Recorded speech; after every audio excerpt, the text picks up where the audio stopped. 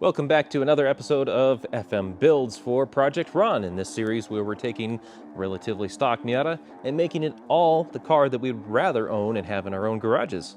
And in this episode, we're finally getting to the Mo Power baby, where we're installing our Stage 1 turbo kit. Let's go ahead and talk about all the parts necessary to get this Garrett turbo bolted onto Ron.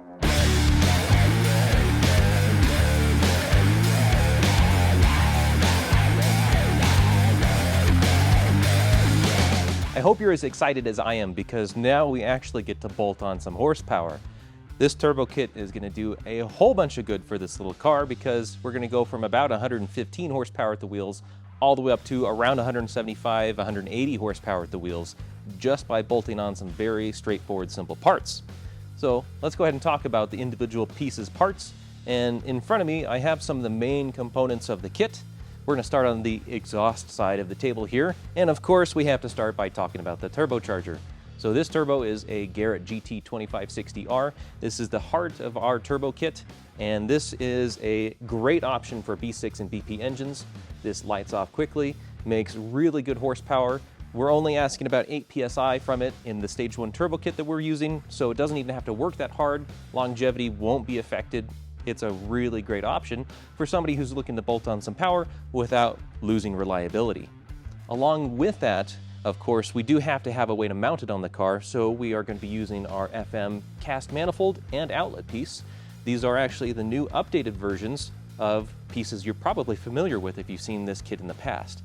Now, this is something that actually we've recently done. These are new castings. They have improved flow. They have a actually lighter weight design compared to the previous pieces. They're now Cerakoted, so that way they're going to stay looking nice for a long time. To ensure that our turbocharger doesn't fall off during track days, we use a proprietary Inconel stud along with Stage 8 locking hardware to make sure that it stays planted.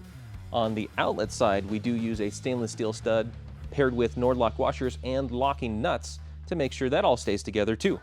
Along with that, we also have included a stainless steel downpipe. This has a little bit of adjustment here. It's a two-piece design, so that way, one, it packages easy, and it's going to make this a little easier to fit in the car when we get to that point. We also have a new heat shield. This is a slightly updated design from what we've had in the past, but overall, this is to keep underhood temperatures down and make sure that your brake system and any of the other important wires and cables hanging out over the top of the firewall are protected. Moving on down the table towards the intake side, we're going to start with the air filter, which is a serviceable air filter, meaning that you can clean this, add some new oil, and then it's good to go for a long period of time. They come pre-oiled, so this one's ready to be installed. We do also have our custom formed silicone intercooler hoses. So all of these guys, they're very flexible, easy to install. They hold up to boost really well, and they're lightweight. So you don't have to go fussing around with any kind of aluminum pipes or needing to worry about clocking or anything like that. For the most part, these just drop in and go. We also have high quality blow-off valve. This is a TurboSmart compact unit to be able to control all of that excess boost pressure when you let off the throttle. This kit does feature an intercooler. This is an all aluminum construction intercooler built just for us. It has a powder coat style coating on it that is a very thermally conductive coating, so you don't lose out on any kind of cooling effect that it would have otherwise. And of course, we need to talk about engine management because you can't just bolt a turbo to an engine and expect it to run correctly. To be able to accommodate for the ignition timing, we do use an adjustable timing wheel. This is specific for the NB Miatas, whereas the NAs just use the cam angle sensor because it's adjustable. This is a pretty simple bolt up, and we'll show you how it goes on later. Along with that, we use our Voodoo box. So this is the black magic in the whole kit that makes everything work. It is a simple piggyback box. This gets wired into alongside the factory ECU. It does all of the magic. You don't need to worry about tuning. You basically plug it in and go. And lastly, we have to talk about emissions. We do want to make sure that this kit is legal to use and operate on public roads anywhere in the US, and we want to make sure that we're not being gross polluters. So to that effect, we do offer options for EGR pipes if necessary. We will need a different EGR pipe for this car to ensure that it stays active. And then, because we've already done all of the testing and paperwork and basically jumped through all of the legal hoops, we have a carb legal sticker. Now this is important because if you live somewhere that it is important to display this for any kind of emissions testing, you're good to go. This is your golden ticket. Now our Stage 1 turbo kits do come standard with an air box if you have an NA8 or NB Miata, but we will also be using an optional upgrade for them, which is this gold foil for the exterior, which is a heat reflective foil, as well as these foam cutouts that are for the inside of the airbox. These are both provided to us by DEI. So this will help protect from heat, and then these will actually help tone down a little bit of the intake noise if you're trying to run a little bit more under the radar. These also normally would come with an airbox piece that goes over the top as a lid. We won't be using that for this particular install, but just know that that is an option if you decide to get these parts for your kit. And not to neglect the booty, we are going to install some bling on the back end of Ron's, so that way, one, we have a little bit more sound because the turbo does quiet down the exhaust just a little bit, and we need to add a little bit of bling bling, so that way when you're looking at the tail end of the car, because, you know, other cars will be slower, it'll look good. So we'll also be installing this muffler that is a polished stainless steel muffler onto Ron at the same time. This is not necessary for the Stage 1 turbo kit, but it is necessary for the looks. So let's go ahead, get this installed. There's no surprise that we're going to start with disassembly because, of course, we have to make room for all the shiny new bits. First, the factory intake comes off all the way from the factory airbox to the throttle body. Next, our shock tower brace is removed so that way we can have a little bit more room next to the engine. Then the exhaust manifold heat shield is removed. Next, the manifold itself along with the downpipe, which are pulled out the top. And that gives us a lot of room for turbo. Speaking of turbos, we need to make a little bit more room in the engine bay by notching the frame rail. We're not actually cutting anything here that is structural, there's just a little bit of a lip that needs to be moved out of the way. So, using a cutoff wheel, we add a couple of slots in that lip. Using an assortment of persuasion instruments, that lip is bent down out of the way to give us just a little bit more room. Then the sharp corners are knocked down with some air tools and a little bit of filing. We don't want this raw metal showing through and rusting, so we add a little bit of spray paint just to give it a nice touch-up. Our turbocharger is going to need oil, so we have teed off of the oil pressure sender and are using a stainless steel braided line to be able to run that oil around the block to the turbocharger. That oil, of course, needs to be returned to the pan after it's done, so we need to drill the pan and tap in a fitting.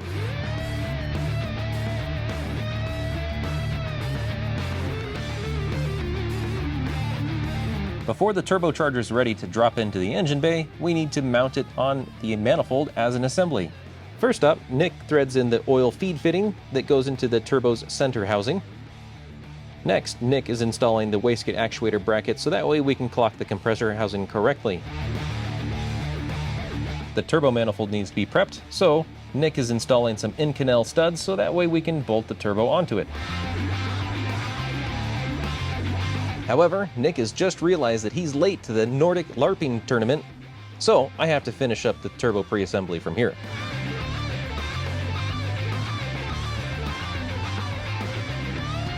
The turbocharger is offered up to the manifold, and we use some Stage 8 locking hardware to bolt it in place.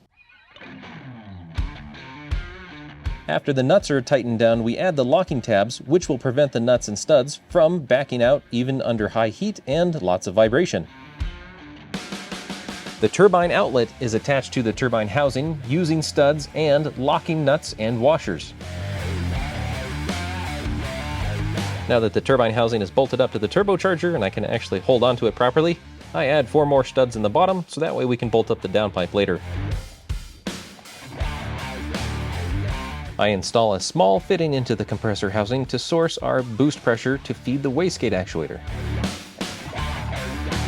The last thing to do on our turbo pre-assembly is install the wastegate actuator. This is bolted to the bracket that we added earlier, and then the wastegate arm is attached to the swing arm of the internal wastegate. Now that the turbo pre-assembly is all together, it's time to actually put it in the engine bay. Before we drop the turbo pre-assembly into place, a new exhaust manifold gasket is slapped onto the engine. Also, it'll help us to get everything in position by jacking up the exhaust side of the engine that tilts it up and gives us a little bit easier access to the studs. We've pre-installed the oil drain hose, and now the whole assembly gets dropped into place over the studs on the side of the head. Of course, the next step is to bolt it down, so we put the stock exhaust manifold nuts back on and start tightening them down one by one. Our Stage 1 turbo kit is completely emissions legal in all 50 states, so the EGR tube is retained. A brand new Mazda EGR tube is threaded behind the head and bolted in place. Now we need to connect the turbo to the rest of the existing exhaust system.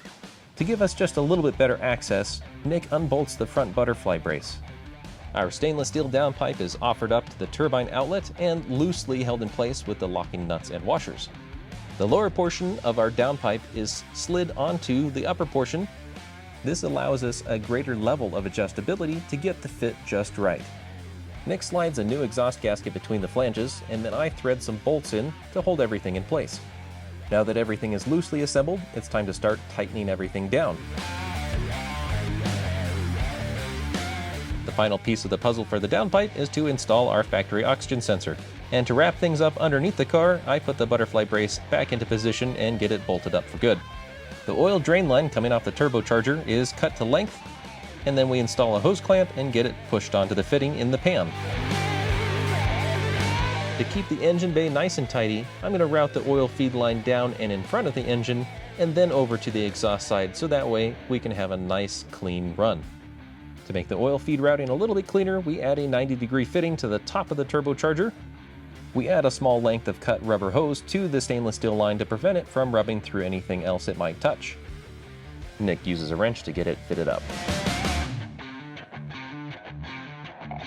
We've already pre-installed some DEI heat shielding over the coolant hoses that'll be run from the coolant reroute housing to the turbocharger.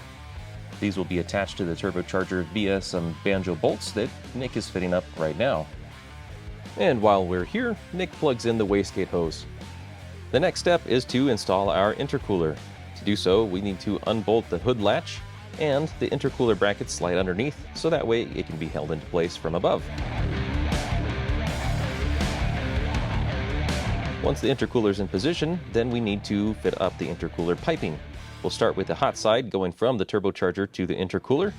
Space is tight, but a little bit of wiggling, a little bit of trimming, and a little bit of fitting later, and it's in and ready to go.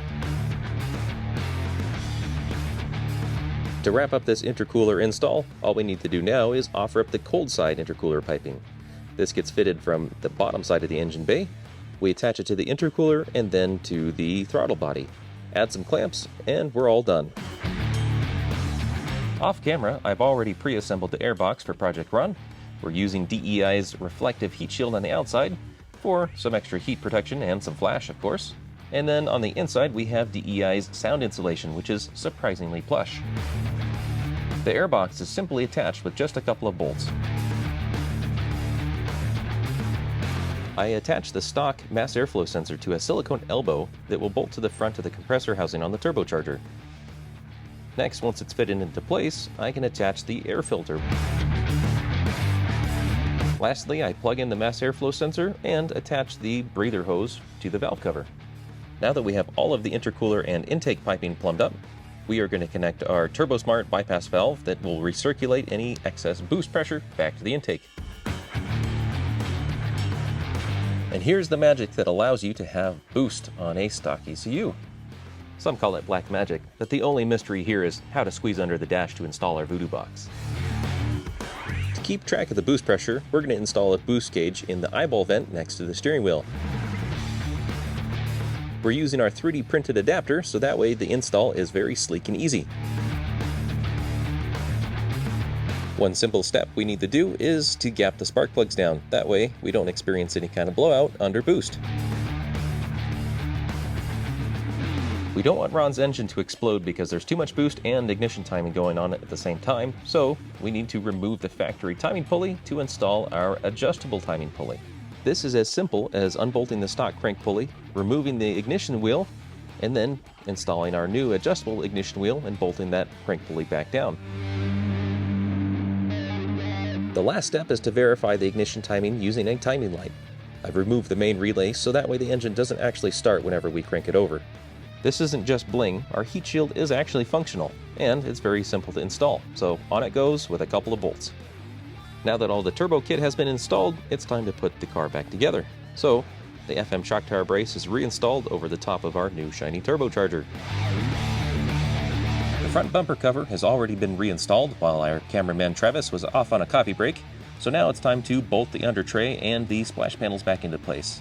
These have already been trimmed to accommodate the intercooler piping, so now everything fits just perfectly. The cherry on top for our turbo kit is the Carb compliance sticker, which we apply front and center in the engine bay. To wrap up this installation video, we're adding one of our stainless steel polished mufflers. This will give Ron a more aggressive and deeper exhaust tone, and of course looks pretty flash doing it.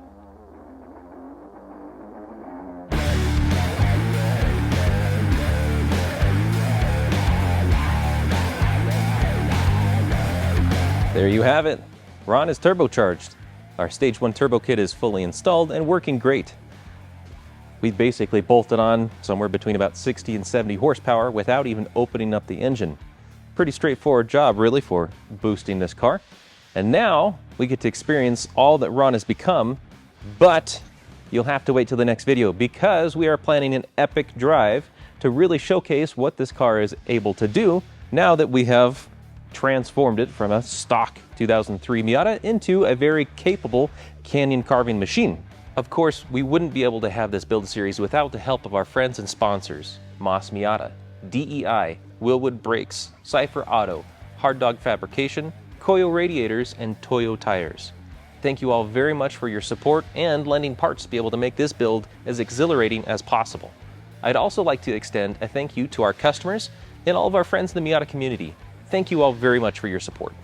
So, if you'd like to see what Ron is like in its now final form, be sure to hit like, click subscribe, and of course hit that bell so that way you can get a notification when the next video of the drive actually happens.